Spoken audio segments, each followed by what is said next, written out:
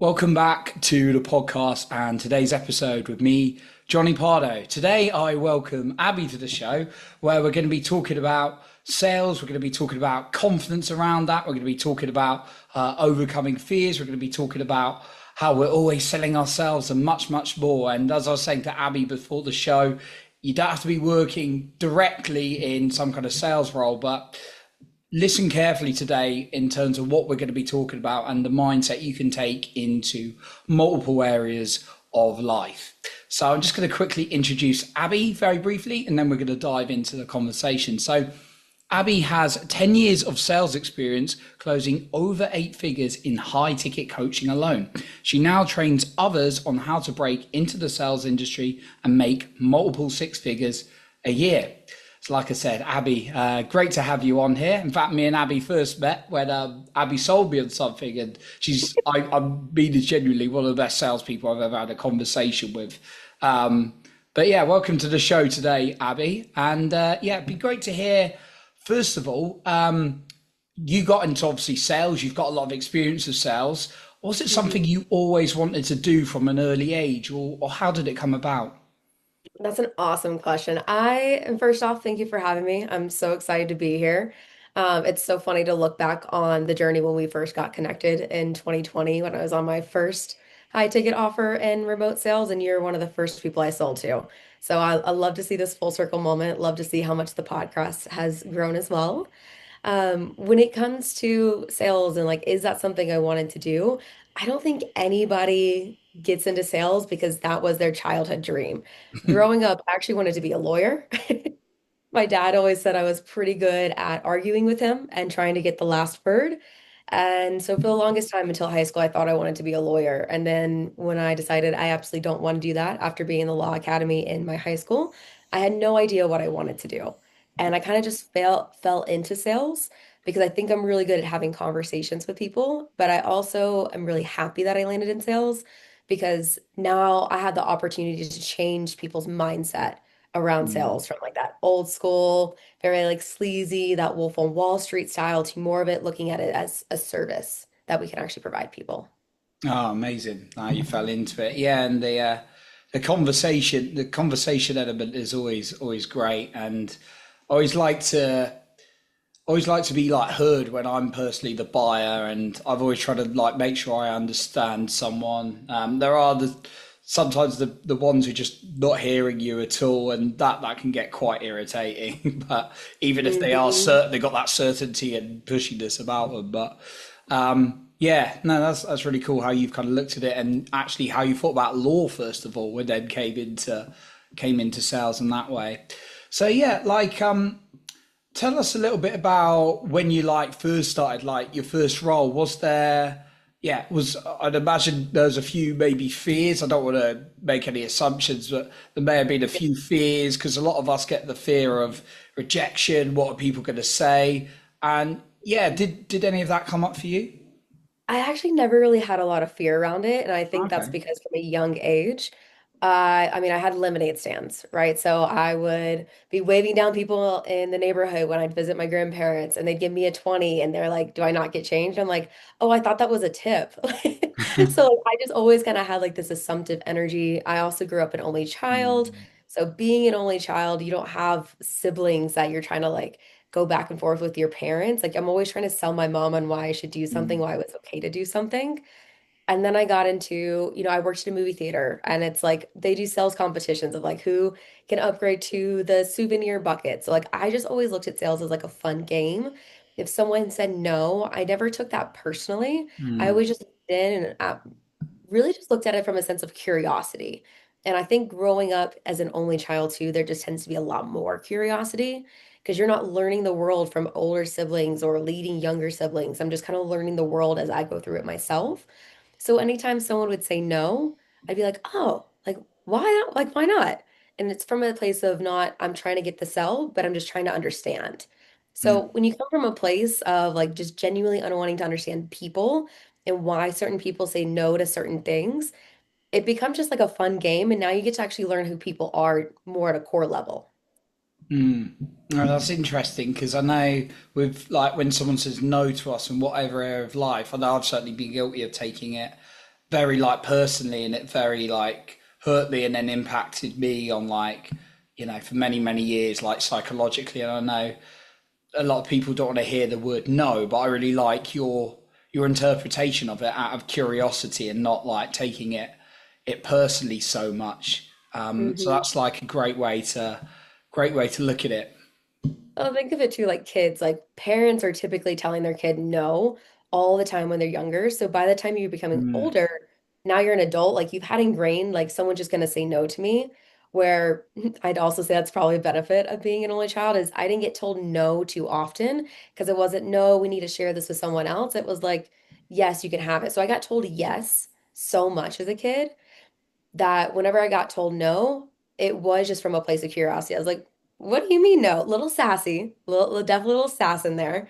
But it definitely was more of like, wait, I'm actually being told no. Like, this is interesting. Like, this is a whole new world of no. So I didn't grow up with this connotation, like this mindset, like no is a bad thing. Like, no mm, just means it's meant the opposite of yes, but in a way of there's a reason behind it, not as rejecting me of what I wanted.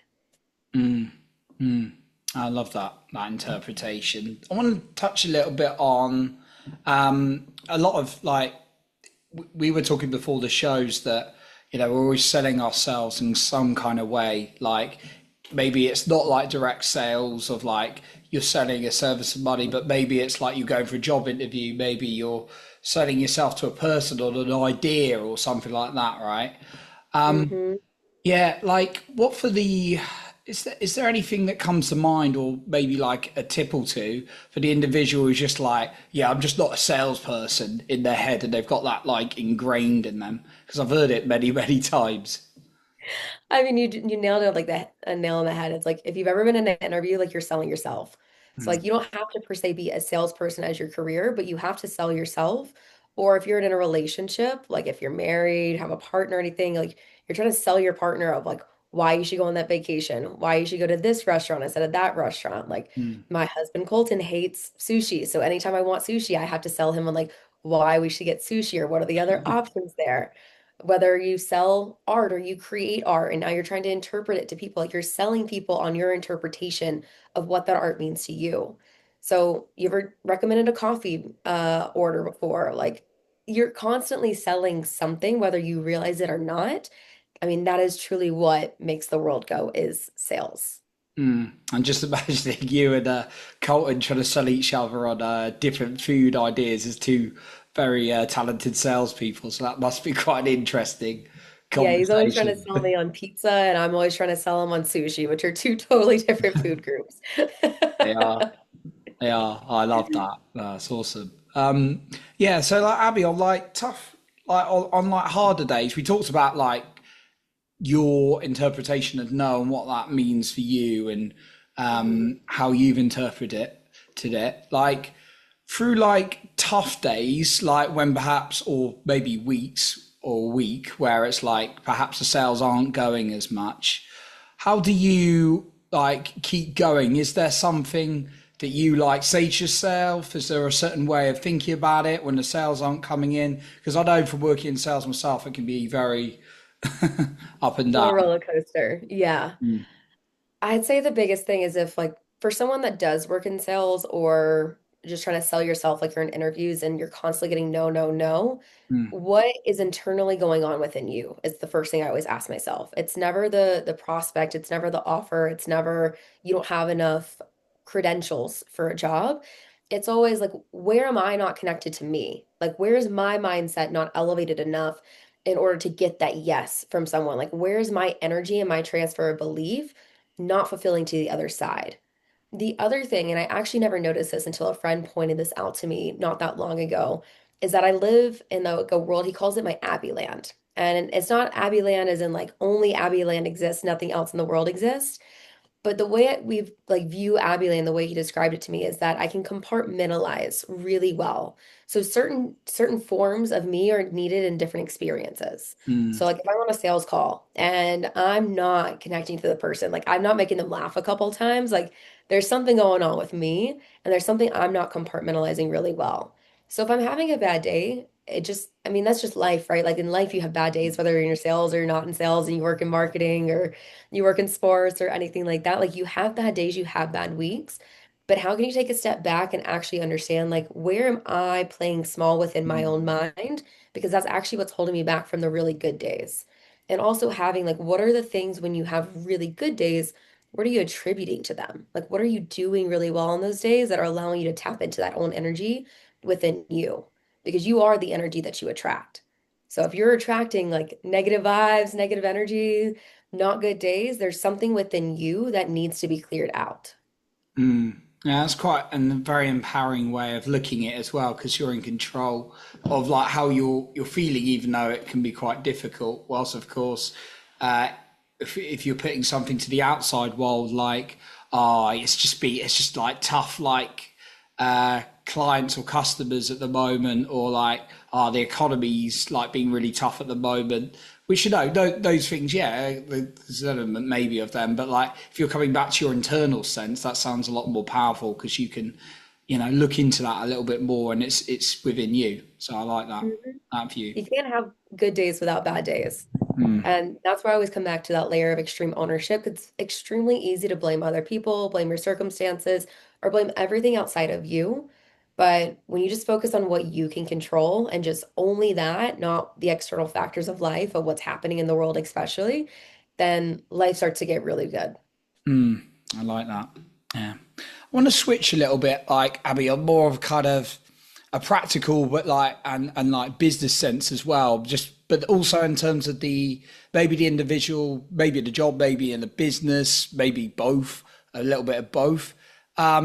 I know a lot of people these days are like thinking about starting a business, or they're like, it's that business I want to run. But I know for you, there's this sales remote role, and obviously your business is also helping people get good with these skills and find opportunities, as I understand it. Mhm. But yeah, why is, in your view, sales remote, you know, remote sales a really good opportunity for people? It's the next best thing to owning a business without the headache of owning a business. Like you can actually shut off at the end of the day. And the best part about the remote sales space, especially in that high ticket, is that you have full control of your calendar. You have full control over the income that you make. So in 2024, I made over $400,000 and I'm 28 years old. And the year before that, I took a break from working because I just felt really burnt out with life between my corporate job, jumping into remote sales, not having a ton of guidance in that, not a lot of training, and then kind of getting capped where I was. I took a year off. I walked dogs. I made $6,000 in 2023. So I don't know any other career path where you can take a year off, make $6,000, get into it the next year, and make $416,000 while also having that freedom of your own schedule to choose when you take your calls and to choose how much money you make because no one else determines it because the commission tier is so much higher than, let's say, if you were to work in tech sales. Tech sales, like when I worked in corporate, you're getting less than 1% of a sale. Whereas in remote sales, you're selling, a life-changing product. So you're still making an impact in the world by helping someone step into a new, uncomfortable version of themselves that allows them to ultimately change the path that they're on to experience more abundance, more greatness in their life, but you're also getting the best benefit of that because let's say a program is $5,000 and you get 10% of that, you just made $500 in an hour. So you don't need a college degree for it. You really don't need any experience for it. You just need to understand sales as a whole. So if you don't have never been trained in sales, it's definitely good to get some training in it to help you jumpstart that. But I mean, being able to turn it off, turn your brain off at the end of the day, shut it down, and not have to have the headache of your own business while still making a ton of money and changing people's lives. I mean, I don't know anything greater out there, honestly. No, I love that. It reminds me of actually reminds me of something I heard from like the Grant Cardone, and again, it's whatever's true for everyone. You know, I certainly don't know the answers, but Grant Cardone was saying something like everyone said they got to be the business owner, and he said as a like multi millionaire, like you do not need to be the business owner, and he was saying to become wealthy. You know, it was about like how you make it, and they were saying sales has got good opportunity, even a job in some elements, depending what you do, and then like investing, obviously that. So Yeah, that's just something that came to mind then as well from a very wealthy man. Yeah, I mean, you don't need, for when you start your own business, you typically need some kind of startup capital. Mm, Remote sales, you can just jump right into a role. You're getting hired on by a company, you make money the next month. So, I mean, it truly is. I think it's the best kept secret that I'm trying to not be such a secret, especially as we see the remote sales space continuing to grow. I mean, it's estimated to be $1 trillion company by mm. 2023. And so it's going to keep growing. People need sales reps because a lot of people who create the businesses and have these offers don't know how to sell. Yeah, well, they don't like that element, even though it's always good to be able to sell your own product. Um, Right. yeah, no, that's cool. Yeah, for me, when I was doing it like fully, it's really cool. You get to speak to some cool people.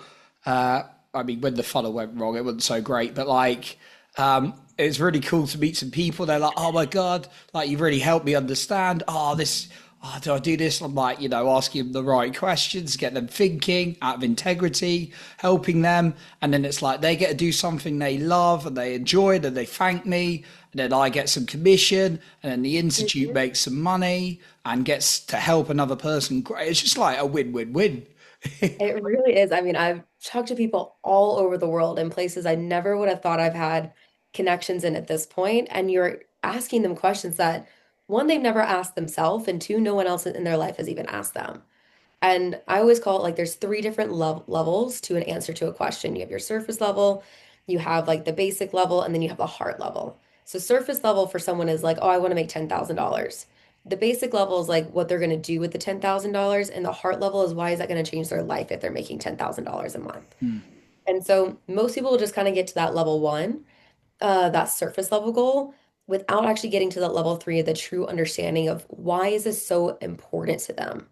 And no one thinks to ask those questions because everyone's busy, everyone's in their own mind, everyone's worried about their own life problems. So it actually allows them to be in the spotlight, but in a way that's coming from what I always kind of joke like sales kind of feels like therapy and coaching in a way because you're asking questions that most people don't think to ask them or like getting to that heart level as well. But at the same time, it's if you're a genuinely curious person, like you get to see and help people actually understand what's actually going on in their mind and why things are so important to them. Hmm. Yeah, it is really great. It can be even when it's sometimes a no, it can even like help, obviously it can help them as well, like become more aware and things like that. So yeah, Yeah. I mean, love if it. they're saying no to whatever offer you're selling, you at least will help them unlock something within them to help them find what is the yes that they're looking for. And Yeah. that's ultimately what I look for on these sales calls. Like, obviously, you get on a sales call and like you want a yes, like that is why you do it. That's the job. But for me, I'm so detached to the yes or the no. I just truly want to help them uncover what's within. So even if it's a no, it's helping them find that yes elsewhere. Mm, I love that. How do you like, because a lot of people, we live in a world where we want like certainty, we want like this income or a certain amount to come. Like Mhm. in sales, obviously, it's like you're reliant on a little bit, well, a lot on getting like yeses at the end, like you had touched on there. Yeah. How do you manage that like certainty within inside yourself? Because a lot of people would think, oh, sales is a bit of uncertainty in that. Yeah, I would definitely say like there is a lot of uncertainty in sales, right? Mm, Like especially if you're in a 100% commission role. But the number one thing that you can be most certain in is yourself. So mm, if you never stop, you continuously learn and you continuously figure out like, okay, how can I improve? That's actually serving people at a higher level.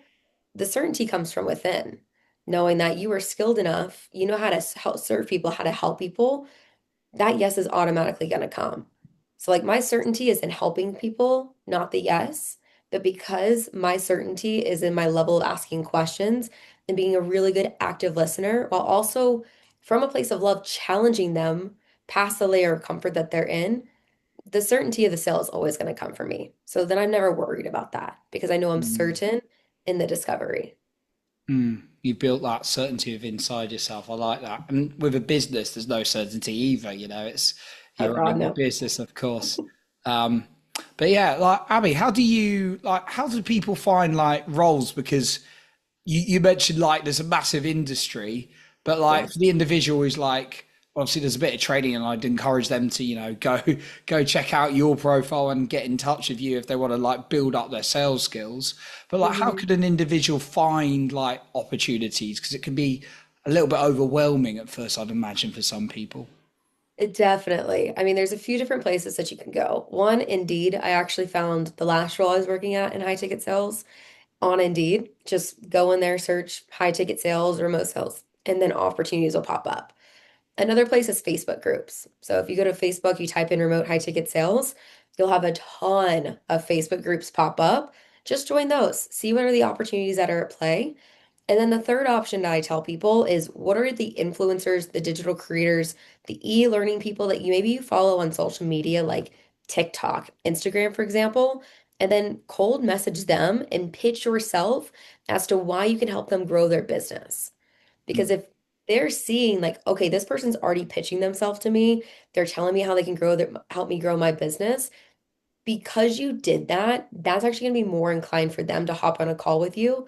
Because a lot of these times, especially with people who are in the social media space, they're not posting things on Indeed. They're not posting things on LinkedIn or in Facebook groups. I mean, whenever we got connected, Johnny, I was listening to a podcast and I heard the opportunity on a podcast. Like that's not often very heard of. Like, hey, I'm looking for salespeople and stuff like that. And I was the first person hired. I had to help build out the sales script and all those mm, things. Like that's a very unique way. But if there's these people you're following on social media, which I'm sure there is for most people out there, they're following someone on social media to learn something, and you're like, wait, I really resonate with their offer, send them a message. If they don't respond to the written message, send them a voice memo and just continue to follow up with them and push it to the top. They're going to see that, and that's going to give you an opportunity to get on the interview. And then that's where you really have to sell yourself. I love it. That's some really great guidance. Thank you, Abby. And I know you go a lot more into this and give people a bit more support in what you offer out there. And obviously, even if you've got no sales experience at all, but you can help that individual as well. Mhm. So yeah, kind of like moving on to that really, as we sort of wrap up today, is there anything you'd like to leave us with? Maybe like a final point, whether we've talked about it or something else. And also, where can the listener find you if they want to connect more with you and find out more about how they can potentially work with you? Yeah, so there's 2 points I'd probably make.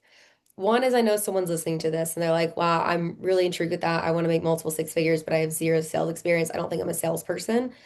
You don't think you're a salesperson until you actually sit back and reflect on ways that you've actually sold people. Once again, the restaurant, the coffee order, the car you like to drive, the places you vacationed. Mm, Whenever I got into the remote sales space, I didn't have this type of sales experience. I worked in the rental car industry. I started off as a manager in training and then moved up the ranks really quickly there. And I had a very safe corporate job, but I'm selling 1999 car insurance to people who have insurance. So very, very different than what I did. And yet I still was able to land a spot in this space. In my second month in remote sales, I made $11,000 where at my corporate job I was making $75,000 a year. So if any of this is just like sparks your interest a little bit, understand that you probably have that within you. It probably feels a little scary. If it feels scary, you should do it. The second tip I would say is that most people have a very negative mindset when it comes to sales. mm, And that is because they view it as sleazy. You have to be extroverted. You manipulate people. You have to have a big ego. And that is actually quite the opposite of what I teach. I mean, many of the clients that I've worked with are actually very introverted people, which has actually made them really great active listeners, which has actually allowed them to connect more with people. And never in the remote high ticket space, especially should we be manipulating people or being sleazy? I believe in full transparency and I believe in service-based selling. So instead of looking at it as like you're selling someone, you are serving someone. So that little mindset tidbit I think mm. is really important too within any kind of sales experience as a whole is look at it as a way of serving. Like how are you serving this person? How can you really help them? How can you bring light into their day? And then if people want to connect more with me, they can find me on Instagram and on TikTok at Selling Her Way. No, it is not just for the girls because it's called the Her Way. I asked For that. the Yeah. girls, the guys, the gays, the theys. It's for everybody. The reason it's called Selling Her Way is just because this is a specific pattern, a specific system that I have created that's very rooted in that service-based selling, which tends to be more of like that feminine energy, feminine essence not in the essence of gender. Mm, got you. Yeah, that was me who asked that. Was it? Yeah. Yeah. You are one of many. I mean, I've had many guys Oh, reach okay, out cool. and hop on calls. They're like, "Is this just for girls?" And I'm like, "No, no, no, no, no. We're just everyone's tired of that old broy sales tactics. That's why we're stepping into the selling her way." Ah, beautiful. Love it, Abby. So yeah, we'll be sure to link up your socials and your links for reaching out to you. So once again, Abby, a massive thank you for coming on today. Awesome. Thank you so much, Johnny, for having me. Awesome. So that concludes today's episode. And remember to lead with your heart and not with fear.